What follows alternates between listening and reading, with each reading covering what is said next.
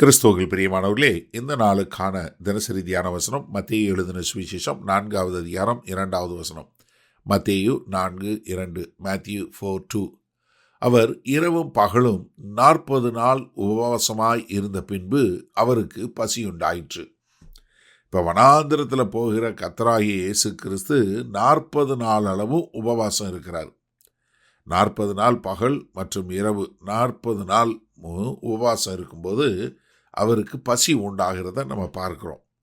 இது எதற்கு ஒப்பாக இருக்கிறது என்று பார்த்தீங்கன்னா, சீனாய் மலையில் மோசே கர்த்தருடைய பர்வதத்தில் போய் உட்காந்து கர்த்தரோடு இடைபடக்கூடிய ஒரு காலம்.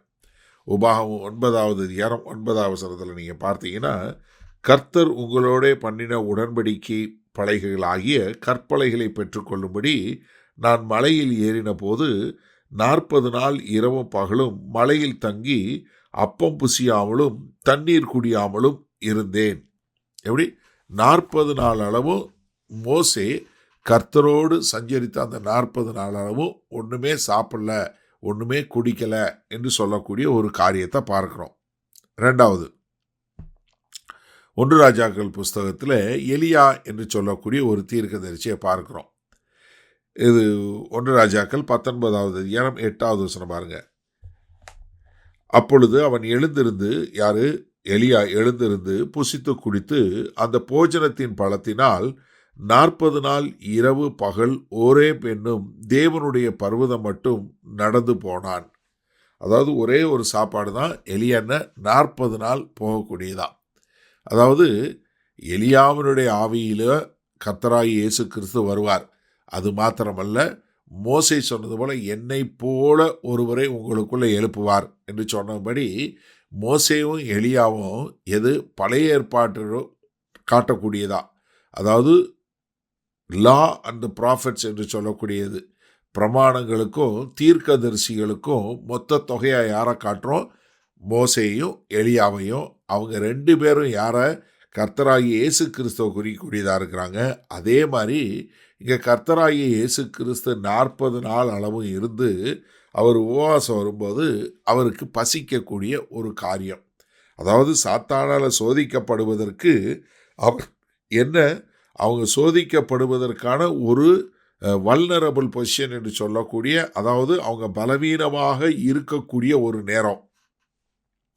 இப்போ நீங்கள் வயிறு நிறைய சாப்பிட்டுட்டு பிரியாணி சாப்பிட்டுட்டு உட்காந்துருக்கும்போது உங்ககிட்ட சாப்பாடு வேணுமான்னு கேட்டால், ஏப்பா நான் சாப்பிட்டது செமிக்க மாட்டாமல் உட்காந்துருக்கேன், எனக்கு எதுக்கு சாப்பாடுன்னு சொல்லிடுவீங்க. ஆனால் நீங்கள் 40 நாள் அளவும் புசிக்காமலும் குடிக்காமலும் இருந்தீங்கன்னா உங்ககிட்ட சாப்பாடை கட்டினா எப்படி இருக்கும்? அதே மாதிரி தான் இங்கே கர்த்தராகிய இயேசு கிறிஸ்து 40 நாள் அளவும் இரவும் பகலும் எதுவும் சாப்பிடாமல் இருக்கும்போது அவருக்கு பசி உண்டாகக்கூடிய ஒரு காரியம். சரி, இதனால் இந்த வசனத்தை நம்ம எப்படி எடுத்துக்கொள்வது? நன்றாக தெரிஞ்சு கொள்ளுங்க. நீங்களும் நானும் சோதிக்கப்படுவது நம்முடைய பலமான இடங்களில் இல்லை. ஒரு சில நேரங்களில் உங்களுடைய பலம் என்று என்ன நினைக்கிறீங்களோ அது சோதிக்கப்படும். ஆனால் எப்போ நீங்கள் சோதிக்கப்படுவீங்கன்னா, நீங்கள் ஒரு பலவீனமாக இருக்கும்போது தான் நீங்கள் சோதிக்கப்படுவீங்க. நீங்கள் நல்ல பலமாக இருக்கும்போது, சத்தான தேவனுடைய வார்த்தையை நேசித்து தேவனுடைய சபையாகிய சரீரத்தில் ஒரு அங்கமாக இருந்து நீங்கள் அதில் வளரும்போது நீங்கள் சோதிக்கப்படுவதுங்கிறது குறைவு. ஆனால் எப்போ நீங்கள் தனியாக யாரும் இல்லாத ஒருத்தரோடு உறவில் இல்லாமல் நான் கிறிஸ்தவன் என்று சொல்லி கொண்டு இருக்கும்போது உங்களை சோதிக்கிறதுக்கு ரொம்ப லெகுவாக சாத்தான் வருவான். ஏன்னா என்னென்னா, நம்ம எப்போ பலவீனமாக இருக்கிறோமோ அப்போ நம்ம விழுந்து போவதற்கான வாய்ப்புகள் அதிகம்.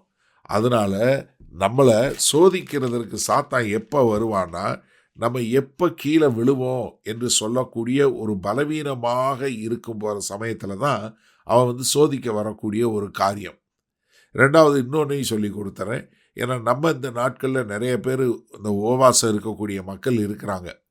ஆனால் இங்கே 40 நாள் இரவும் பகலும் ஆண்டவர் புசிக்காமல் இருந்ததில் அவருக்கு என்ன பசி தான் வந்தது, தாகம் வரல. நீங்கள் எப்பயுமே பார்த்தீங்கன்னா ஒரு உபவாசம் இருந்தீங்கன்னா முதல்ல உங்களுக்கு என்ன வரும்? தாகம்தான் உண்டாகும். அதனால இங்கே கர்த்தராகிய இயேசு கிறிஸ்து தண்ணீர் குடிச்சிருக்கிறதுக்கு வாய்ப்பு இருக்குது என்று சொல்லக்கூடிய சில வேத வல்லுநர்கள் இருக்கிறாங்க. ஆனால் அது நமக்கு தெரியாது. ஒருவேளை அவர் குடிக்காமலும் இருந்திருக்கலாம், இல்லை குடிச்சிருக்கலாம். ஆனால் நீங்கள் உபவாசிக்கிறவங்களாக இருந்தால் உபவாசத்தின் போது உங்களுடைய சரீர பலத்திற்காக இல்லை சரீரத்தில் உள்ள எந்த ஒரு நோய் வராமல் இருக்கிறதுக்கு நீங்கள் தண்ணீர் குடிக்கிறது ஒரு தவறும் கிடையாது. ஆனால் என்ன, சாப்பிடாம இருங்க, தண்ணீர் குடிங்க. அப்போ தான் உங்களுக்கு பசி மட்டும்தான் இருக்கும், தாகம் உண்டாகாது. சரியா? அப்போ நம்ம பலவீனமான நேரங்களில் நாம் கர்த்தரை சார்ந்து இருக்க கற்றுக்கொள்வோமா? வல்லபிதாவே, இந்த அருமையான நல்ல நாளுக்காய் நன்றி. ஆமாண்டவரே, நாங்கள் பலவீனமான நேரங்களில் சோதிக்கப்படுவோம் என்பதை புரிந்து கொண்டோம். அதனால் ஆண்டவரே, நாங்கள் அப்படிப்பட்ட நேரங்களில் ஒருவரை ஒருவர் தாங்கக்கூடிய மக்களாய், ஒருவரோடு ஒருவர் இசைந்து வாழக்கூடிய மக்களாய் வாழ எங்களை ஒப்புக் கொடுக்கிறோம்.